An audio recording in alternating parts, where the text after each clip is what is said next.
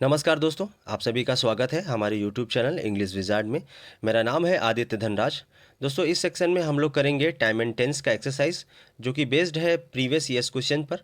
और ये क्वेश्चंस हमारे टेट और सी टेट, इसमें कई स्टेट्स के क्वेश्चंस हैं, जैसे कि उत्तर प्रदेश हो गया, हरियाणा हो गया, राजस्थान हो गया, पंजाब हो गया। इस तरह के क्वेश्चंस आपको मिलेंगे। बहुत ही इंटरेस्टिंग एक्सरसाइज है। चलो हम लोग स्टार्ट करते हैं। तो जैसा कि आप स्क्रीन पे देख रहे हैं, देखिए पहला क्वेश्चन दिया गया, पेपर फर्स्ट हो या सेकेंड है, हमें करना चाहिए क्वेश्चंस। चलिए, जैसे देखिए पहला आपका जो स्टेटमेंट दिया गया है, supply the correct form of the verb in the following questions. पहला क्वेश्चन जो दिया गया है वो देयर से स्टार्ट है। देयर स्पेस दिया है, टू बी सम प्रॉब्लम्स। तो यहाँ पर देयर के बाद जो स्पेस है, इसमें आपको वर्ब भरना है। चार ऑप्शंस दिए गए हैं। देखिए, देयर जब भी किसी भी सेंटेंस में आता है स्टार्टिंग में, तो वो सब्जेक्ट का काम नहीं करता। उसके बाद जो वर्ब भरी जाती है उसके अकॉर्डिंग नहीं भरी जाती। उसके बाद जो बी वर्ब का फॉर्म दिया जाता है, उसके बाद जो आने वाला complement in the sense of subject होता है, उसके अकॉर्डिंग भरते हैं। जैसे कि इसमें सम प्रॉब्लम्स दिया गया है, तो प्रॉब्लम्स यहाँ पर प्लूरल है, तो वर्ब कैसा आएगा? प्लूरल। ये कहने का मतलब है। जबकि ऑप्शंस में देखेंगे तो आपका इज़ और सीम्स और उसके बाद में वाज सिंगुलर है। एक ही सिर्फ ऑप्शन है जिसमें आपका वर्ब प्लूरल है, वो है आपका आंसर बी। बहुत अच्छा क्वेश्चन है। चलिए हम लोग आगे बढ़ते हैं नेक्स्ट क्वेश्चन पर। देखिए, अभी सेकेंड क्वेश्चन दे रहा है। सेकेंड क्वेश्चन में देखते हैं क्या दिया गया। Select the correct verb. ये देखिए आर टेट दिखा है, मतलब राजस्थान का लिखा गया। सचिन हैज़ स्पेस दिया गया है, many records. You know, has या हैव, आफ्टर हैज़ या हैव या had you have to choose verb का थर्ड फॉर्म। आप थर्ड फॉर्म देख सकते हैं, इसमें ब्रेक दिया गया है, दूसरे ऑप्शन में दिया है ब्रेकिंग, तीसरे ऑप्शन दिया है ब्रोकन और चौथे ऑप्शन में दिया है ब्रेक्स। It's very simple. आप जानते हैं कई कई कई बार तो सिंपल सेंटेंस भी होते हैं, ऐसा नहीं है। तो Sachin has broken many records. Question number third दिया गया, fill in the blanks with correct form of the verb. आगे आपका क्वेश्चन होगा, आगे चल के देखते हैं। देखिए, क्वेश्चन ये दिया गया है the train had left before I space दिया गया है, उसके बाद में द स्टेशन दिया। अब ये साइमल्टेनियस एक्शंस है, यू नो साइमल्टेनियस एक्शंस। अब यहाँ पर देखिए बिफोर दिया गया है, आफ्टर बिफोर। आप कोई भी जो सेंटेंस बनाते हैं हमेशा पास्ट का इंडिफिनिट बनता है, और बिफोर से पहले वाला सेंटेंस देख रहे हैं आप, पास्ट का परफेक्ट है। तो बिफोर के बाद जो घटना पहले घटित होती है उसको हम हेड में बनाते हैं, और जो घटना बाद में घटती है उसको हम सेकेंड फॉर्म में बनाते हैं। जैसे कि आपने कई सारे सेंटेंसेस पढ़े होंगे, डॉक्टर के आने से पहले मरीज़ मर चुका था, इस तरह का। तो मरीज़ पहले मर चुका था, डॉक्टर बाद में आया, ये उसी तरह का सेंटेंस है। तो बिफोर के बाद में हमेशा सेकेंड फॉर्म भरेंगे। यू नो सेकेंड फॉर्म देखिए, रीच दिया है, रीच्ड दिया, हैज रीच्ड दिया, और आपका वॉच। तो आंसर हमारा क्या हो गया? बी वाला। बिल्कुल सिंपल है। अब हम लोग नेक्स्ट क्वेश्चन पे चलते हैं। Question number fourth. Question number fourth में दिया, supply the correct form of the verb in the following sentences. It's a very simple. देखिए दिया गया सी स्पेस दिया गया, a new dress last week. You know very well, last week here adverb है, ये last week denote करेगा past को, और पास्ट में हम लोग वर्ब का सेकेंड फॉर्म भरते हैं, पास्ट का इंडिफिनिट कह सकते हैं। तो सी स्पेस दिया है। अब देखिए हैज़ बॉट दिया गया, हैज़ बीन बाइंग दिया गया है, बाइज दिया गया है। आंसर आपका डी होगा। बाई का जो सेकेंड फॉर्म होता है वो बॉट होता है, और थर्ड फॉर्म भी बॉट होता है, तो इसे डी वाला आंसर हो गया आपका। चलिए अब हम लोग आगे बढ़ते हैं next question number 5। Question number 5 क्या कह रहा है? लिखा है choose the correct word to fill in blanks. ये देखिए एच टेट लिखा है, हरियाणा टेट जो है उसका है क्वेश्चन, ईयर्स है जो भी है। लिखा गया है it has been 2 years, space दिया आई लास्ट सा यू। तो यहाँ पर जो ब्लैंक है ये बहुत अच्छा क्वेश्चन है। देखिए जब हम लोग कोई भी सेंटेंस बनाते हैं प्रेजेंट का परफेक्ट कंटिन्यूअस, उसमें सिंस और फॉर का यूज़ करते हैं। तो आप जानते हैं इट हैज़ बीन 2 ईयर्स लिखा है, तो इस वाले सेंटेंस में आंसर जो आएगा वो आएगा सिंस। लेकिन सिंस के बाद कोई टाइम नहीं दिया गया। जैसे कि लोग बोलते हैं कि निश्चित समय आता है, मतलब डेफिनेट या पॉइंट ऑफ टाइम बोलते हैं। मैं आपको एक बात बता देता हूँ, बहुत ही बढ़िया चीज़ है कि सिंस के बाद जो टाइम दिया जाता है वो निश्चित या जिसको बोलते हैं पॉइंट ऑफ टाइम होता है। बट अगर कभी टाइम ना दिया जाए और टाइम की जगह पर कोई स्टेटमेंट पूछा जाए, तो वो स्टेटमेंट हमेशा पास्ट के इंडिफिनिट में बनता है। इसी वजह से सिंस के बाद जो सेंटेंस दिया गया है उसने लिखा है आई लास्ट सा यू। तो सिंस आई लास्ट सा यू। अब सिंस के बाद आप चाहे जैसे मंडे लगाओ, ट्यूसडे लगाओ, तो ऐसा लगा सकते हैं, लेकिन आफ्टर सिंस जब टाइम नहीं दिया जाता है, you have to make a past indefinite sentence. तो आंसर तो सिंस ही होगा, और उसके बाद ये हिंट है कि पास्ट का इंडेफिनिट सेंटेंस है। ओके, चलिए अब हम लोग आगे बढ़ते हैं। Question number 6। क्वेश्चन नंबर 6 में दिया गया है supply the correct form of the verb, same statement है। उसके बाद में दिया गया I don't allow anybody, space दिया गया है इन माई हाउस। तो वो कह रहा आई डोंट अलाउ एनीबडी, मैं किसी को अलाउ नहीं करता हूँ अपने घर में किसके चीज़ें, to have smoke, smoking, to smoke और फॉर स्मोकिंग। अलाउ के साथ जो अगर हम प्रीपोजिशन की बात करेंगे तो वो टू प्रीपोजिशन आता है, टू प्रीपोजिशन आता है। तो टू के साथ वर्ब का फर्स्ट फॉर्म आएगा, अलाउ टू समथिंग, तो यहाँ पर टू स्मोक होगा, आंसर आपका होगा सी। आप जितना ज़्यादा प्रैक्टिस करेंगे उतना ज़्यादा आपको आएगा, क्योंकि आप जानते हैं प्रैक्टिस करने से क्वेश्चंस कई तरह के मिलते रहते हैं, उनको हमें करना चाहिए। चलिए हम लोग बढ़ते हैं नेक्स्ट क्वेश्चन पर। क्वेश्चन नंबर 7 दिया गया है।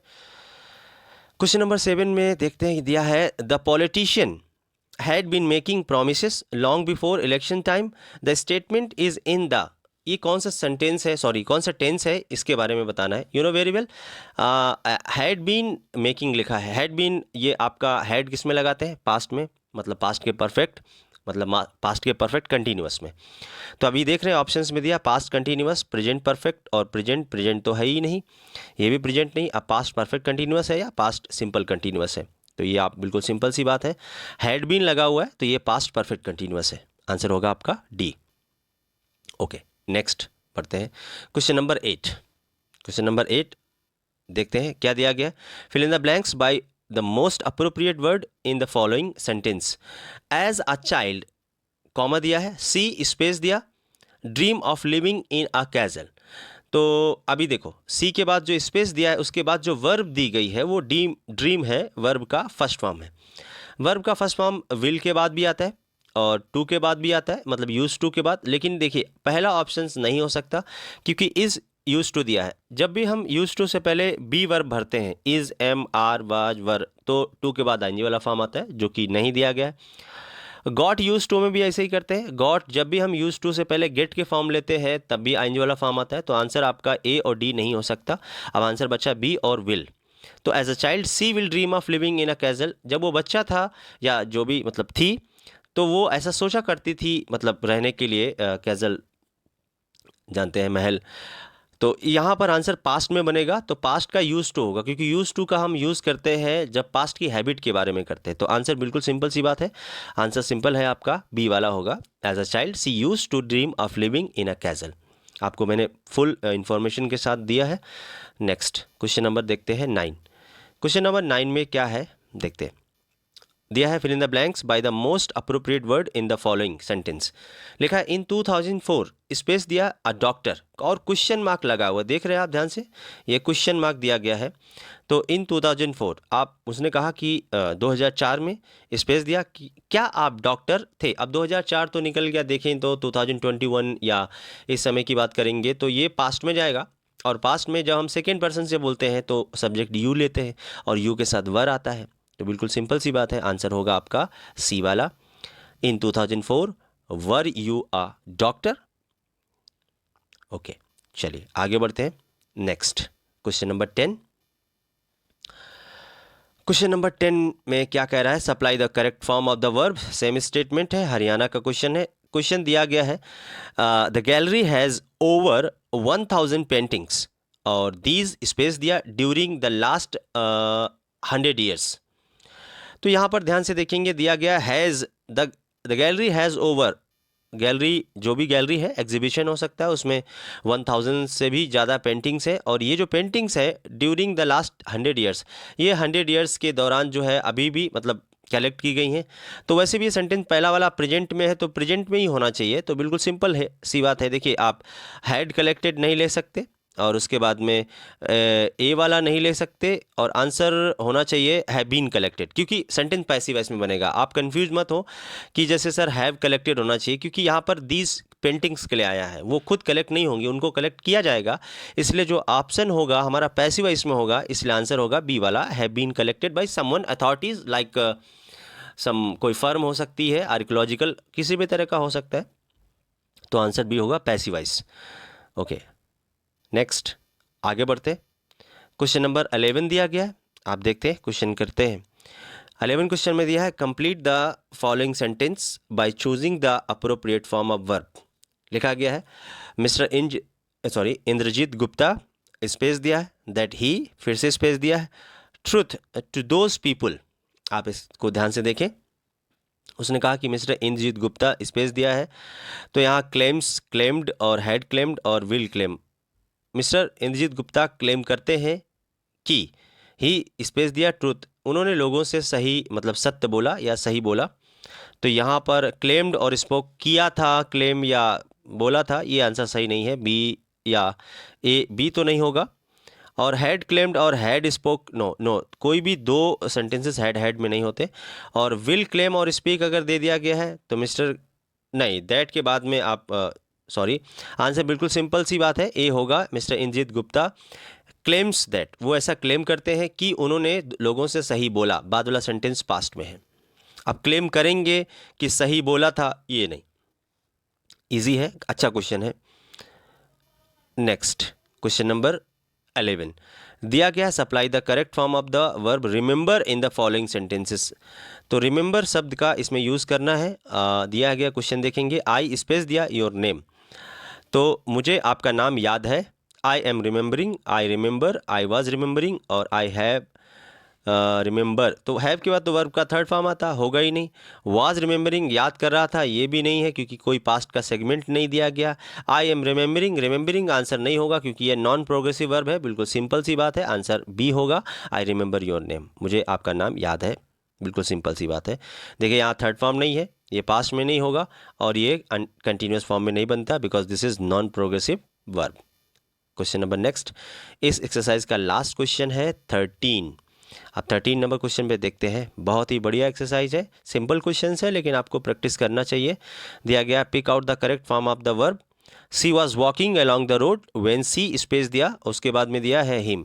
ये आपका साइमल्टेनियस सेक्शंस है। मैं जैसे आप लोग पढ़ते होंगे या आपका जो मतलब जो आपने कभी ना कभी कोर्स किया होगा उसमें कई बार पढ़ा होगा, बस मैं आपको प्रैक्टिस करवा रहा हूँ। साइमल्टेनियस सेक्शन में वेन के बाद में जो है हम लोग सेकेंड फॉर्म भरते हैं और पहले वाला सेंटेंस क्या होता है, आईएनजी वाले फॉर्म में होता है। जैसे आपने कहा कि वेन आई सा हर सी वॉज पेंटिंग द डोर, जब मैंने उसे देखा तो वो दरवाजे में पेंट कर रही थी, ये वैसे ही क्वेश्चन है। She was walking along the road when she, अब मेट, और तो आंसर बिल्कुल सिंपल है, मेट होगा। उसने कहा कि जब वो उससे मिली तो she was walking along the road, वो रोड से जा रही थी तब उससे वो मिली, ये कहने का मतलब।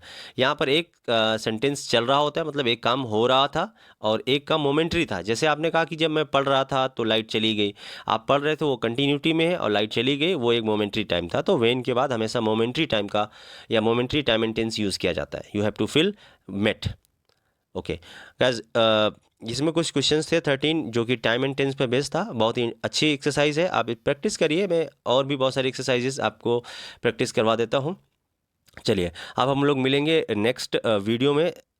वीडियो कैसा लगा, आप वीडियो को लाइक करिए, चैनल को सब्सक्राइब भी करिए और कमेंट भी करिए और लोगों को शेयर भी करिए और मेहनत भी करते रहिए क्योंकि आपका एग्ज़ाम जो है वो बहुत ही, क्योंकि अब कंपटीशन बहुत ज़्यादा है, थोड़ा सा आपको स्कोर करना है। कहने का मतलब ये है कि स्कोर जितना ज़्यादा अच्छा होगा उतने ज़्यादा सिलेक्शन लेने में आपको फ़ायदा होगा।